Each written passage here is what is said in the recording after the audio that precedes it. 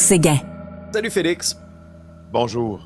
C'est toujours la traque là, pour rechercher cet homme de 41 ans, Philippe Benoît, schizophrène, qui ne prendrait plus sa médication, qui est suspecté d'avoir tué son fils à Shawinigan.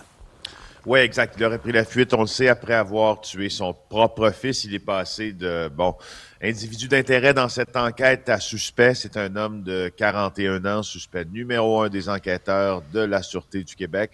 On croit qu'il se cache là une quarantaine de kilomètres de Shawinigan, à Lac-des-Sables. Alors, un camping a été en partie, comment pourrait-on dire, en partie perturbé et certaines parties du camping également aussi condamnées pour qu'on puisse mener ces recherches-là. Maintenant, tout ça est en train de rouvrir tranquillement, mais là n'est pas l'enjeu ce matin.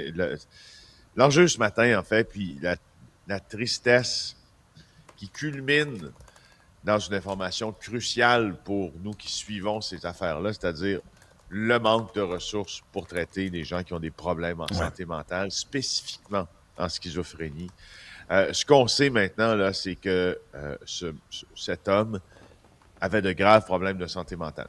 Il était schizophrène et que son fils, qu'il aurait manifestement tué, son fils de 16 ans de Shawinigan, avait peur de lui.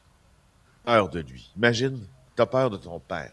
Okay? Il avait peur de lui rendre visite. Il lui rendait visite une fois par mois.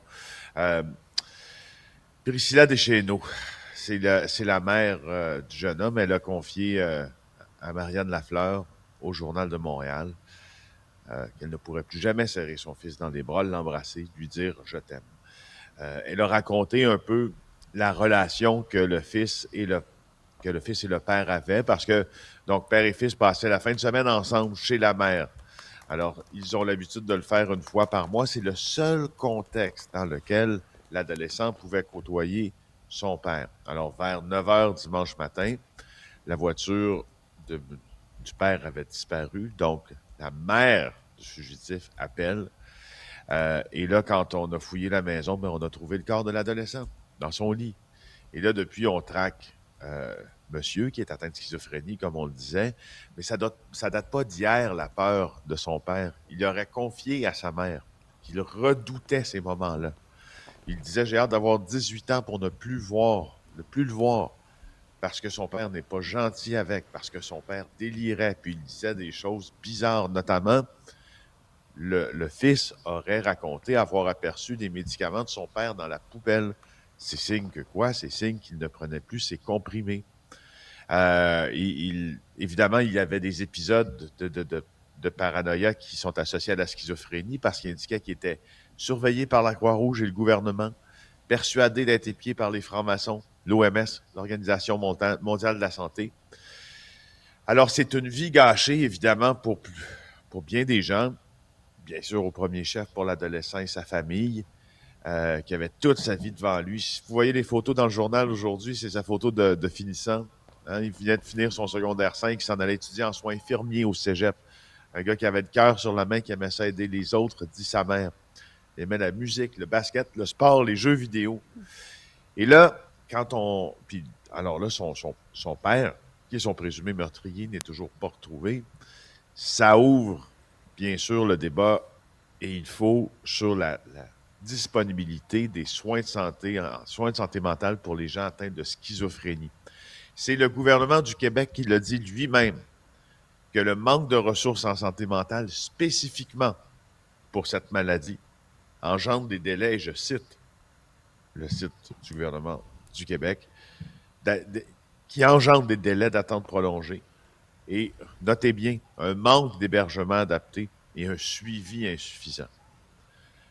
On peut facilement se poser la question que si un hébergement adapté et un suivi suffisant avaient été disponibles dans ce cas-là, si on en serait là aujourd'hui.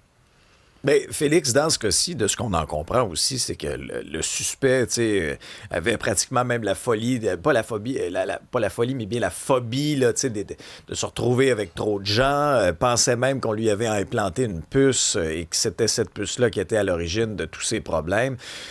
Là, on regarde ça de l'extérieur, on se dit, il y en a combien des bombes à retardement comme ça, là? dans la société présentement, parce qu'il n'y a pas de ressources, parce qu'il n'y a pas de suivi. Du jour au lendemain, quelqu'un qui a besoin de prendre sa médication arrête de prendre sa médication, puis là, on est face à un drame épouvantable comme celui-ci. Ben justement, il y a le manque de connaissances aussi d'ordre, je dirais, général sur les problèmes de santé mentale, puis les soins qui sont associés à la schizophrénie, qui contribuent, qui est un facteur, qui me semble en tout cas un facteur contributif aussi. Il y a un guide que je consultais ce matin, vous pouvez aller le chercher, là, sur l'implication des proches en santé mentale, là. C'est un guide qui est plutôt clinique, là, mais ça outille les proches. Mais en même temps, je veux dire, c'est ça le problème, c'est que ça outille seulement les proches. Ces gens-là, ils n'ont peut-être pas de ressources appropriées encore. Tu sais, c'est beau éduquer les proches, là, mais... Il y a beaucoup d'indignation sur la messagerie texte. Il y a Jasmin, lui, qui se demande, est-ce qu'à 16 ans, il aurait pu refuser de le voir, son père? Ben, c'est la seule portion du texte qui m'a fait sourciller. Et moi, je me suis posé la même question. Et la réponse que je cherchais, c'est oui, il aurait pu refuser de le voir, son père. Mais ça, là, vous, Jasmin, vous en studio, moi derrière le micro, Facile à dire. on est très, très, très mal placés. Oui. Parce que moi, si mon père avait souffert de schizophrénie, puis il avait été toute sa vie dans des petits appartements,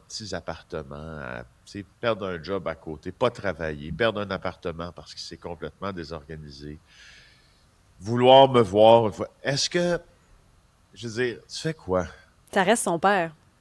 Ouais, Ça c'est reste tellement ton délicat. père. C'est le lien du sang. Alors, tu fais quoi?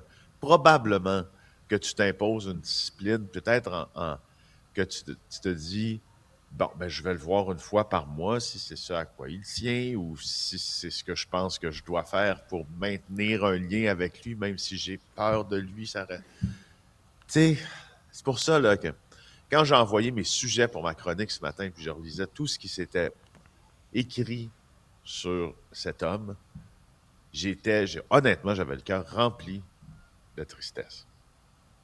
Au nombre de vies gâchées qu'il a traînées dans son sillage, à commencer, comme je dis, par celui de son fils, mais la sienne aussi. Ouais, un drame terrible pour cette famille-là. Souhaitons que les policiers là, le retrouvent quand même assez rapidement. Une question de sécurité publique également. Hey, il y a du nouveau dans l'histoire du... tu sais, le pilote d'hélicoptère là, qui faisait des vols stationnaires au-dessus de la résidence des gens, puis braquait des faisceaux lumineux, puis à un moment donné, il était allé voler en formation, lui, là avec l'armée. Là. Il s'était comme invité dans la formation. C'est pour ça que j'en parle aujourd'hui. Là, il y a eu une sanction, mais c'est pas une grosse tape ses doigts, Félix. Oui, j'en parle aujourd'hui parce qu'avec les vacances, je pense que j'avais manqué une portion de l'actualité. Je savais qu'on avait un pilote. Je savais qu'on avait un pilote qui est roulant, là, tu sais, à Saint-Jean-sur-Richelieu, puis lui, il vole au-dessus des maisons. Top Gun de la Rive-Sud. C'est ça, le Maverick de Saint-Jean-sur-Richelieu. Alors, bon, ça, je trouvais que...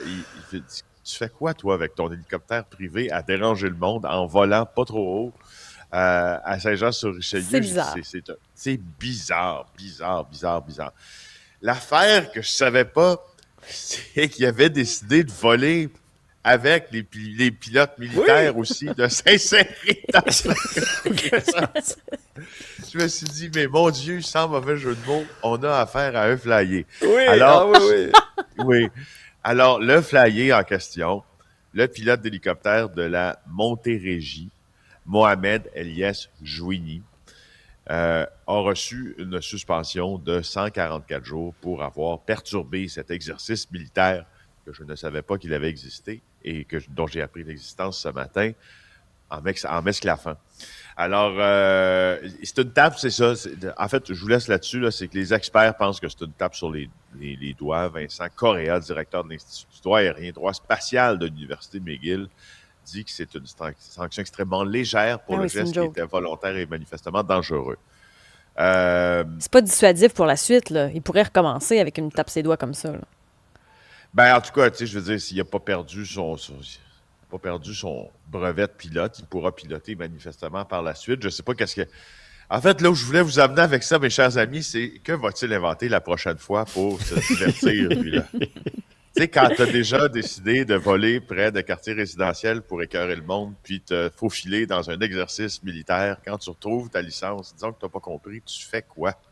Ben là, c'est ça, parce que 144 jours, là, ça va nous amener quoi à peu près dans le temps des fêtes? Là, tu vas regarder sur le traîneau du Père Noël. Ah non, ça, c'est Mohamed avec son hélicoptère qui revient moi, encore. Je me dirais surveiller peut-être en dessous des ponts pour essayer de passer, je sais pas. Au moins, l'International de Saint-Jean va être passé. Ah va être oui, correct. les montgolfières vont pouvoir voler tranquille. Merci, Félix.